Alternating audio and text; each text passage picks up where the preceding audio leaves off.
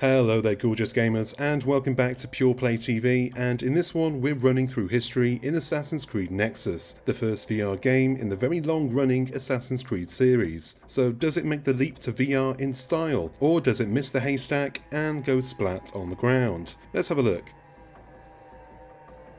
Nexus is not a dumbed down, limited experience. It is limited in some ways. You're not getting full cities to hop around in, for example, but it feels like a big effort game that belongs among the non-VR releases, unlike say those 2D platformer Assassin's Creed games, which didn't really feel like true Assassin's Creed games.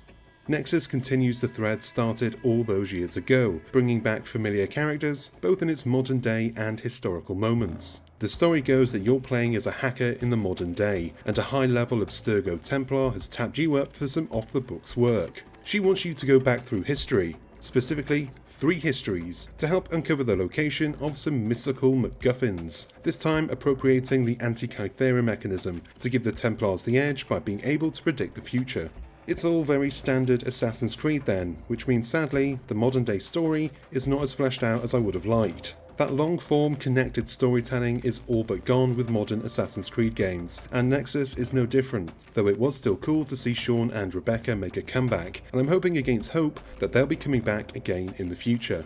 My story complaints aside, having the chance to go back and revisit some old favourites was amazing. Mostly.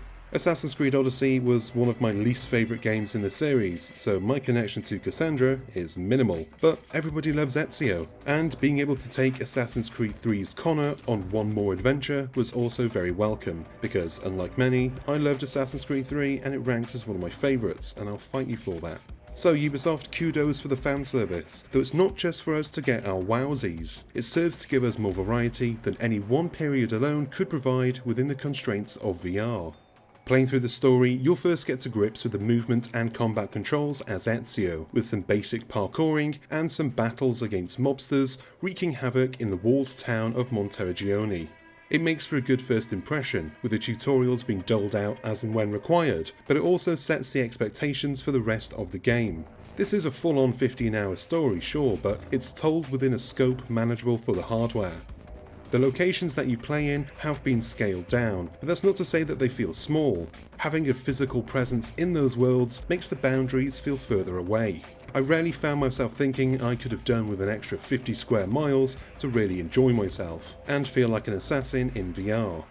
And feel like one you will. The first time I flicked my hidden blade out from Ezio's sleeve, I had a massive smile on my face. It's that kind of moment that used to be caught in a cutscene that now plays out in your hands, in front of you. You are the character. Sadly, it doesn't translate to amazing combat. If you've played the likes of Swords and Sorcery or Bone Lab or any other melee-focused VR game, then you will be disappointed by the fairly humdrum combat of Nexus. Enemies have regular attack patterns that are signalled before they happen. It doesn't flow as freely as I would have liked, and feels more like the old combat system, so Assassin's Creed 3 and earlier, has simply been plonked into VR. There's just no weight to it all, and honestly, I didn't really care for it.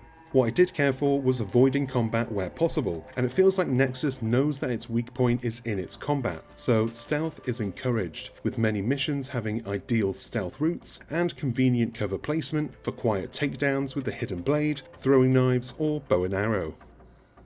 Parkour. Now this is one area I really wondered about. How could they do it without dumbing it down to the point of being, well, pointless? How could the developers get me running across rooftops and doing those big eagle dives without A, puking my guts up, and B, pooping my pants? I fear 2 things in this life: a Planet of the Apes style uprising and heights. Well, to be fair, they did it, and they did it right. Getting around on foot is simple enough, but if you want to climb, you just hold your hand out and reach for a grabbable object and go for it. It should be noted that the climbing is much more in line with other VR games, where you need to have something to grab onto, not like Odyssey or Valhalla where you can seemingly just grab anything and climb. It's cool and it works, and even running and jumping across rooftops is well done, with the controls being really natural in the hand, and all without making me feel sick.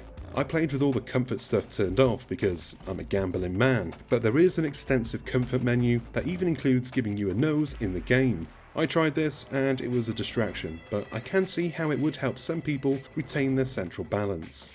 I even managed to eagle dive throughout the game without as much as a warning burp. I did get a little bit scared looking down the first couple of times, but given the limits of the headset, my brain was not so easily fooled after a while. And that's where I get onto some of the game's downsides, because yes, there are downsides. Some I've skated over already, but there are others. Mainly, as is often the case these days with big releases on the Quest, graphics and performance. Nexus is not the smoothest game you'll play, at least on Quest 2, which is what I used for my playthrough. It's rough, and at times, noticeably so, with slowdown and hitches during the most inopportune moments, and sometimes just during regular play. It's enough that it really does wound the experience, but when it's smooth sailing, mostly in smaller indoor areas, then it's serviceable. It's when you get into the big open world areas that things can occasionally get a little bit rough. And then there's the visuals, which are not terrible, but they are inconsistent. Some areas will look pretty darn good, others will be on the other end of the spectrum, and don't get me started on characters which range from okay to very much not okay. It's another distraction that the game doesn't need, but it's worth remembering this is all running on a standalone headset powered by Android and Zuckerberg's dreams of world domination, so it's a case of knowing the limits, and I hope by telling you now before you go in, it'll maybe soften those edges. Assassin's Creed Nexus is a leap of faith for the series, and it almost sticks the landing. Maybe one broken arm on impact, a few shattered teeth, but nothing that will kill it. It's impressive, and for the hardcore fans, a must-play.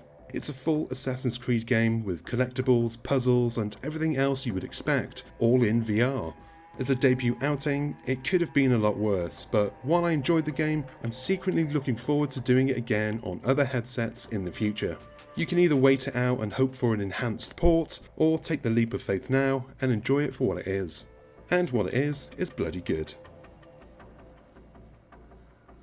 And that's the end of this review. Thank you for watching, it's always appreciated. If you enjoyed this one, then do us a solid and hit the like and subscribe buttons below, and give the bell icon a nudge so you're notified whenever we've got new stuff for you to watch. I've been Chris, you've been gorgeous, and I'll see you on the next one. Until then, cheers my dears.